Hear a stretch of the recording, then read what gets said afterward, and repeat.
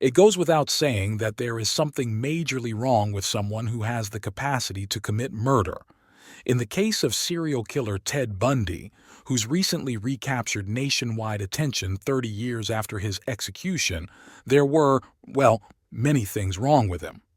While there are no known reports of Ted Bundy seeing an actual therapist, that is, until the court required a psychiatric evaluation by Al Carlisle, Ph.D., to determine his aptitude for violent psychology, experts have studied the infamous rapist and murderer for decades. What's fascinated them most?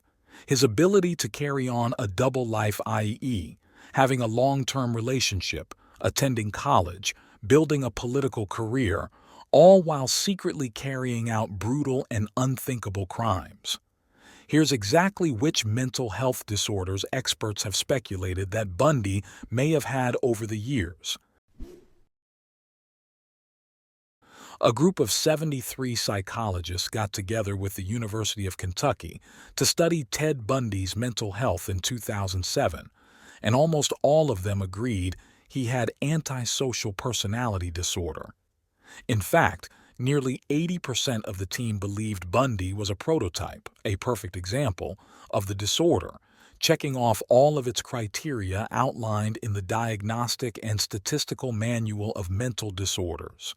According to the American Psychiatric Association, symptoms of ASPD include egocentrism, acting on personal gratification as opposed to the law and societal norms, lacking empathy and remorse, incapacity to maintain mutually intimate relationships, often using coercion and intimidation to control others, antagonism, manipulative, deceitful, callous, and hostile, disinhibition, irresponsible, compulsive, and risk-taking. Nope, it's not the same thing as antisocial personality disorder, though psychopathy does fall under its umbrella. That means all psychopaths also have ASPD, but not all people with ASPD are psychopaths. Whereas ASPD covers a lot of the same behavioral traits, like a tendency to ignore the law, psychopathy better details the subject's personality. Hervey Cleckley, a psychologist who more or less pioneered the concept of a psychopath, defined one with the psychopathy checklist. That includes superficial charm, untruthfulness, and insincerity, lack of nervousness, inadequately motivated antisocial behavior, pathological egocentricity, lack of remorse and shame, an inability to follow a life plan, and more. According to clinical and forensic psychologist Darrell Turner, Ph.D., Ted Bundy is basically the textbook definition of a prototypical psychopath. There are certain traits that we tend to see: a lack of empathy and being out for one's own interest even though the interests of other people get trampled underfoot. But with Bundy, we do see a lot of the other traits of psychopathy, like the pathological lying and the being very superficially charming. It'd be hard, if not impossible, to argue that Bundy, who used his charm to lure women into his car and even capture fans in court, who brutally killed at least 30 women, who bounced from college to college and never finished law school, his murder spree inevitably got in the way, didn't show some psychopathic tendencies. About 95% of the psychologists in the University of Kentucky study believe that Ted Bundy also showed signs of narcissistic personality disorder, NPD, which is defined by the following traits in DSM-5. For someone to qualify as having NPD, they have to have at least 5 of those 9 qualities. Clearly, the University of Kentucky team believed that he checked off that many, if not more. Dorothy O. Lewis, Maryland, a psychiatrist from the New York University Medical Center who specialized in evaluating violent offenders, tried to save Bundy and other criminals from death row. Her argument: Bundy suffered from bipolar personality disorder, a mental illness characterized mainly by extreme mood swings. According to the Salt Lake City newspaper Deseret News, An investigator had told Lewis that in the middle of a normal conversation, Bundy suddenly became weird on me, did a metamorphosis, a bit of a body and facial change, and almost an odor emitted from him. Lewis reportedly noted that he could switch from euphoria and compulsive talking to anger followed by long periods of sullen silence, and showed examples of a wide range of Bundy's doodles. Whether he was actually bipolar or not didn't matter. Lewis's attempt failed, as Bundy's appeal was denied, ultimately resulting in his execution on January 24, 1989.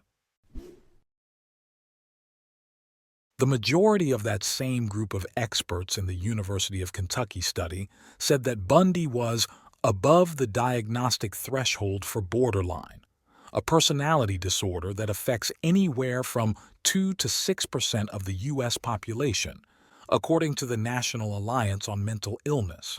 A person with borderline personality disorder typically has unstable personal relationships, swinging from one extreme to another, acts impulsively, behaves in self-harming ways, goes through periods of intense depression, becomes suddenly bored, and experiences changes in self-image, sometimes positive, sometimes negative. People with BPD tend to feel emotions intensely, which may be why not all of the psychologists felt Bundy fell into this category of mental health illnesses. More than 50% of the psychologists in the University of Kentucky study also labeled Bundy as having schizoid personality disorder, which you can think of as antisocial personality disorder to the extreme. Someone with SPD has a lifelong pattern of indifference to others and social isolation. Even though SPD sounds a lot like schizophrenia, they're quite different. A person with SPD is in touch with reality and makes sense when they speak, which Bundy, as educated as he was, certainly did, while schizophrenia involves delusions, hallucinations, and disorganized speech, per DSM-5. It's possible that the psychologists who attributed Schizoid to Bundy may have done so because of his inability to express emotion and act appropriately to situations. For example, his acting overly confident in court, as well as his loner tendencies. But another key symptom of schizoid is a lack of interest in sexual relationships, which clearly, as a serial rapist, didn't apply to Bundy. In 1989, the night before his execution, Bundy had an interview with psychologist James Dobson, Ph.D., during which he diagnosed himself as a porn addict. While you won't find porn addiction in the DSM, a lot of psych experts talk about addictive disorder to describe someone who needs a specific substance or behavior to ease anxiety or depression and feels some sort of high when they do. The most damaging kinds of pornography, and again I'm talking from personal experience, hard, real personal experience, are those that involve violence and sexual violence, because the wedding of those two forces, as I know only too well, brings about behavior that is just too terrible to describe, Bundy said.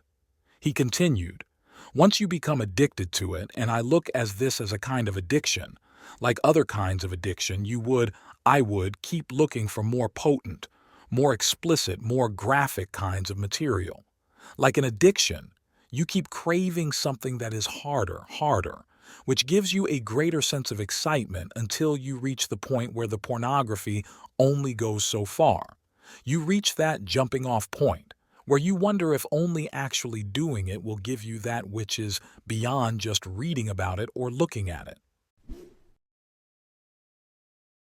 During one super interesting psychiatry and psychiatry podcast called Ted Bundy, The Dark Triad, several experts noted that the serial killer showed signs of an extreme form of narcissism called Machiavellianism. The personality trait, named after a Renaissance Italian political philosopher named Niccolò Machiavelli, describes someone who will deceive and exploit others in order to achieve their personal goals. They see people as objects for use and manipulation, the podcaster said. They will have normal amounts of empathy unless they have traits of psychopathy, which, of course, you know by now that Bundy definitely had.